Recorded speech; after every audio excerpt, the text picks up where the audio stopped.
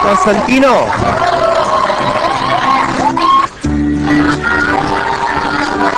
Ang kapag-lalaga ako. Ipinagdiwang niya ang kanyang debut sa loob ng Academy. Excited ako.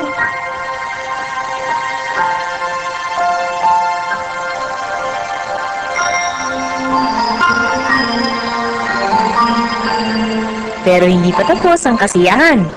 Thank you so much for being a good friend and teaching me the national anthems of Filipino class. Huwag sanang lalaki yung ulo mo. Tama, kaya sabi ko kay RJ, tama na malaki yung mukha. Huwag lang malaki yung ulo. Do you realize that you are not a star? You do not shine nor twinkle. You are Mars, owner of moons that dance around you, for you. More fire, grand, passionate, red. Thank you. Ano daw? Kaka.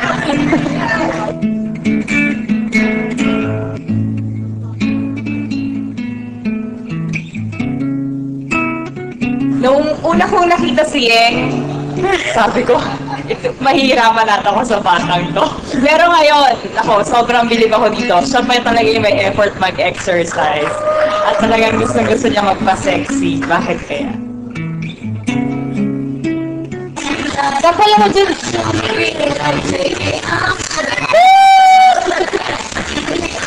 Ano ba sasabihin ko sa'yo? Ano mo? You remind me of my kabataan. Ganyan-ganyan ako eh.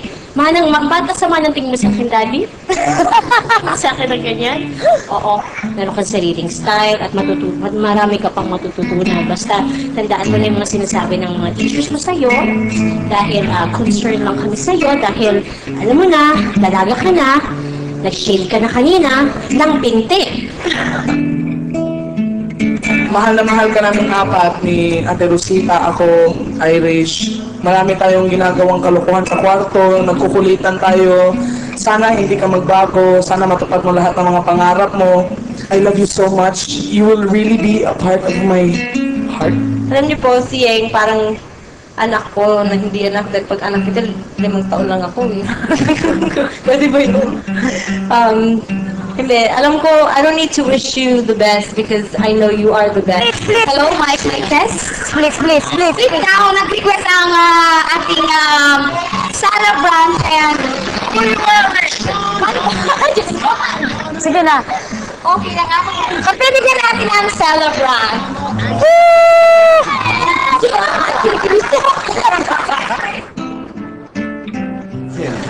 Ito yung ano po, ginawa ko po ng hawak kamay. Ito po yung cousin ko. Ano ka ba? Love, dalaga ka na, huwag ka na makipagsuntukan. Ikaw na, okay ka na. Lagi kang mag-iingat. Ingatan mo sarili mo para di ka magkasakit. Magawa mo lahat ng pinapagawa sa'yo dito na maayos at maganda. Miss na kita. Bagtus.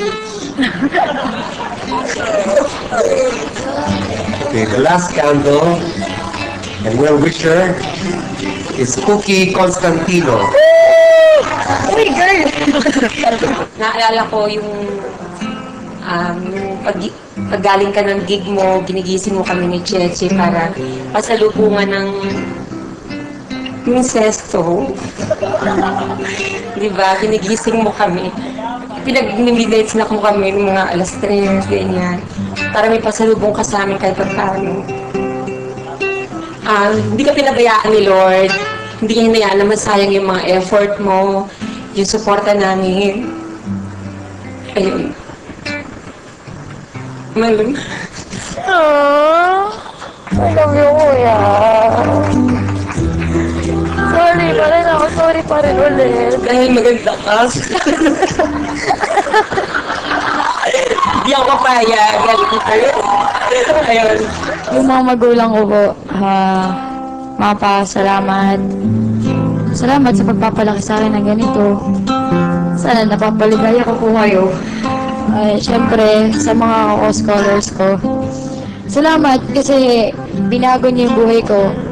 Binago niyo talaga. Ginawa niyo akong matibay na tao.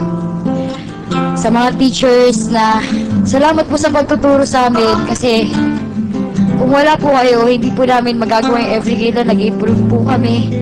The best talaga. Itong taong ito, nagbago talaga ang buhay ko. Share ko lang po kasi deadline namin ng papa ko. Bago po ako mag-18, kailangan makapasok ako sa music industry. Noong nag-17 po ako, nawala na po ako ng pag-asa. Sabi ko, hindi na ganun. Bilang dumating yung PDA, sinagot ko yung panalangin ng papa ko. Salamat po talaga.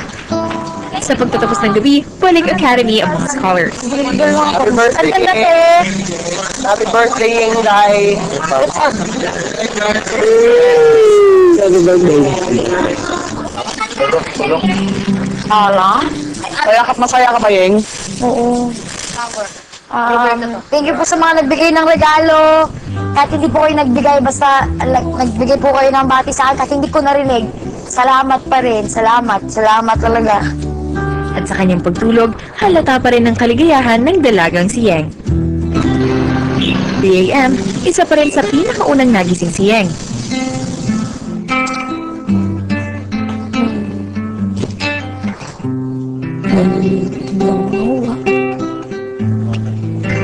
Talaga na ako. Ang sarap mag-birthday.